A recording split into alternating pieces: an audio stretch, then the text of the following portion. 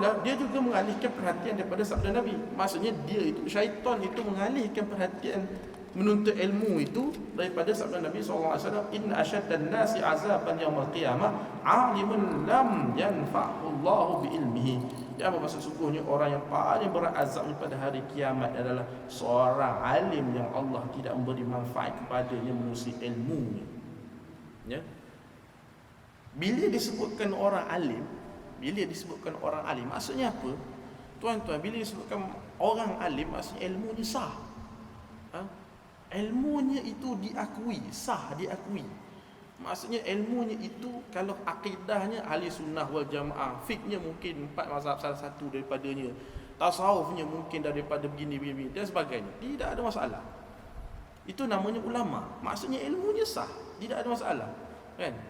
Tetapi kenapa menjadi begini? Orang yang paling berat azab pada ialah seorang alim yang Allah tidak memberikan manfaat kepadanya menerusi ilmunya. Ini menunjukkan bukan masalah ilmu, masalah niat.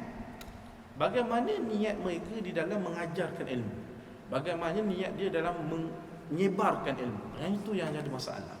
Ada orang memang tujuannya menyebarkan ilmu sebab nak dapat pengikut, tuan-tuan. Ada ilmu sebab supaya orang dapat mengikut, supaya memang tujuan dia orang taksub pada dia. Ada.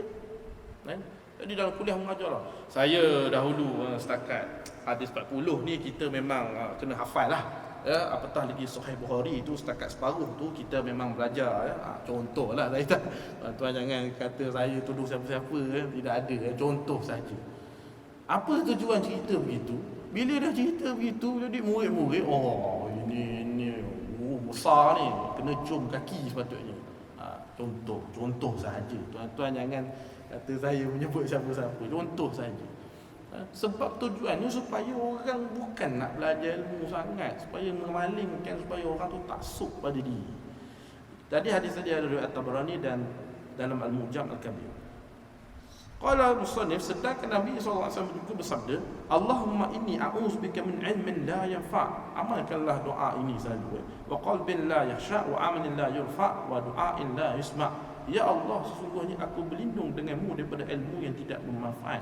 Hatta baginda SAW juga yang sepatutnya tidak ada istilah ilmu yang tidak bermanfaat pun berdoa, moga-moga ilmu itu adalah ilmu yang bermanfaat. Elakkanlah berlindung denganmu daripada ilmu tidak bermanfaat, hati yang tidak khusyuk, amalan yang tidak terima. Ya Allah, sebab siapa lagi amalan yang paling terima, tuan-tuan yang mulia? Siapa lagi? Tentulah baginda SAW lah amalan yang paling diterima, pun berdoa amalan yang mohon berlindung daripada amalan yang tidak diterima dan berlindung daripada doa yang tidak didengari. Mana ada doa baginda yang tidak didengari? Semua didengari. Tetapi itu pun Rasulullah berdoa tujuannya mengajarkan kepada kita. Hadis riwayat Ahmad. Qala musannif, dia turut mengalihkan, yakni iblis, syaitan juga mengalihkan perhatianmu daripada sabda baginda SAW. Marartu lailata usriya bi aqwamin tuqradu syafahuhum bi maqarid min nar faqultu man antum? Qalu kunna na'muru bil khair wa la na'tih wa nanha 'anil syarri wa na'tih. Yang bermaksud pada malam aku diisrakan, yakni baginda SAW diisrakan, aku melintasi suatu kaum yang menggunting bibir mereka dengan gunting dari api neraka. Maka aku bertanya, siapakah kamu? Mereka menjawab, dahulu kami sentiasa menyuruh manusia melakukan kebaikan, namun kami tidak melakukannya, dan melarang manusia melakukan kejahatan, namun kami melakukannya. Riwayat Ahmad. Ini adalah peringatan, istilahnya peringatan bagi orang-orang yang mengajarkan ilmu khasnya, supaya dan belajarkan ilmu, mengajarkan dan belajar ilmu supaya ingat tentang pesanan-pesanan ini. Qala musannif, oleh itu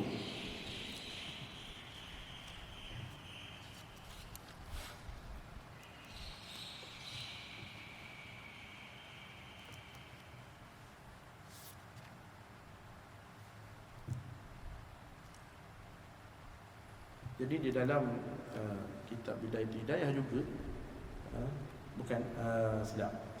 di dalam syarahnya dalam Hidayatul Salikin ada menunjukkan tentang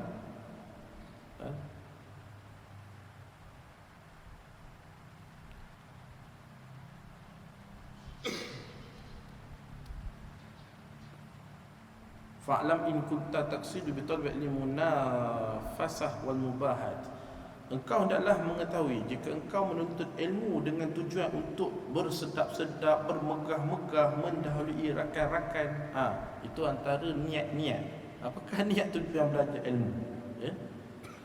Engkau hendaklah mengetahui jika engkau menuntut ilmu dengan tujuan hendak bersedap-sedap, bermegah-megah, mendahului rakan-rakan supaya sekalian muka manusia bercenderung padamu mengumpul kekayaan duniawi, nescaya engkau berusaha pada meruntuhkan agamamu, membinasakan dirimu dan engkau menjualkan akhiratmu dengan duniamu. Maka perjalananmu itu rugi dan perniagaanmu itu tidak laku, dan orang yang mengajarkanmu itu menolongmu dalam perkara maksiat dan bersekutu dalam kerugian, iaitu seperti penjual pedang kepada penyamun di jalanan, seperti sabda Nabi SAW yang maksud, siapa yang menolong seorang dalam buat maksiat sekalipun dengan setengah perkataan, maka ia adalah menjadi sekutu di dalamnya.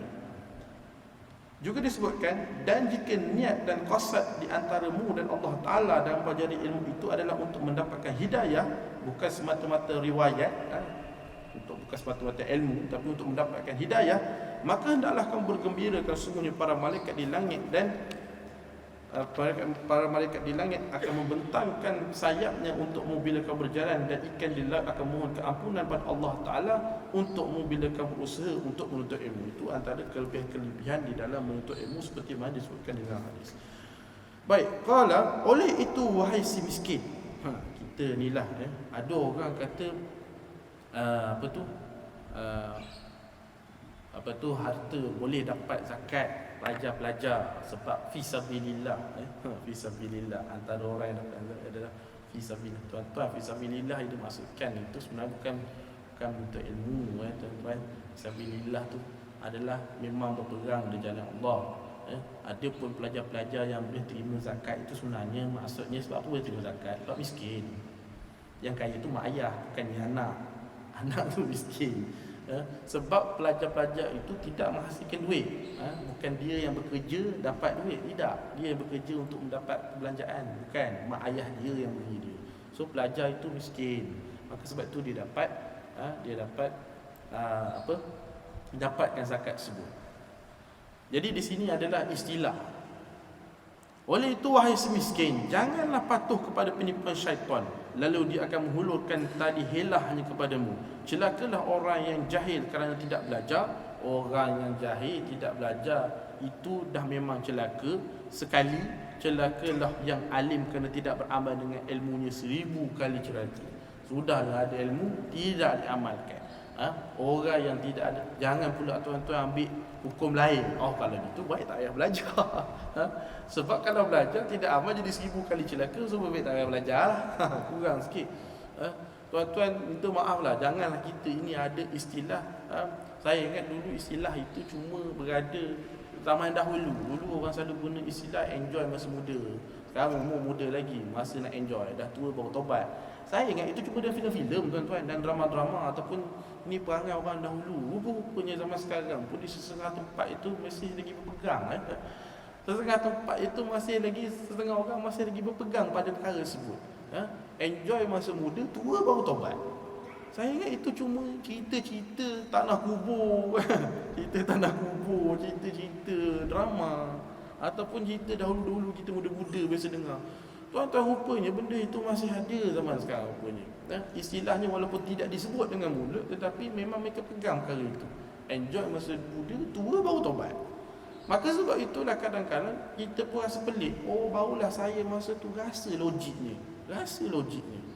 Kan sesetengah orang, sebab kita ni guru Quran, adalah beberapa pengalaman.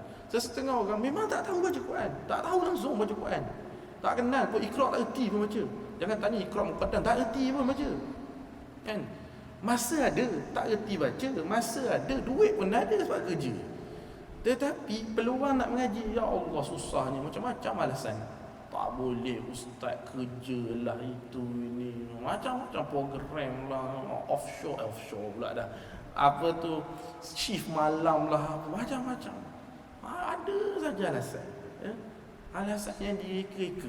Sedangkan pada masa itu dia sedar bahawa dia Iqra alif bata abata, Iqra satu pun belum lepas. Ada orang begitu. Tetapi sebab memikirkan bahawa muda lagi, kan, masih sempat, masih ada lagi pakai sifir yang begitu, masih ada lagi pakai sifir yang begitu. Ya, ini masa muda, enjoy dulu, dah tua baru taubat. Kadang kita pelik juga kan, kadang kita pelik juga, kadang satu family pelik juga, kadang ada family yang mak ayah elok, macam alhamdulillah, macam dah sampai seru lah, alhamdulillah macam dah sampai seru mak ayah.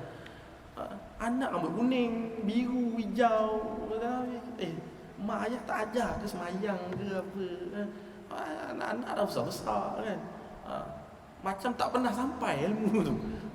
Ilmu agama tu seolah-olah tak pernah sampai. Walaupun mak ayahnya tu kadang-kadang kita dengar ada yang dah pergi haji pun dah ada, umrah 3-4 kali pun ada. Tetapi anaknya tu macam tak ada langsung. Tak ada langsung, walaupun satu asas tentang ilmu. Walaupun untuk nak cerita, nak tutup aurat ke apa ke, jangan cerita lah benda-benda tu. Jadi ini menunjukkan bahawa adanya istilah masa muda enjoy, ada masa muda enjoy, dah tua baru taubat. Rupanya masih ada lagi istilah yang begitu. Sangat sayang dan sangat sedih, sangat sayang dan sangat menyedihkan.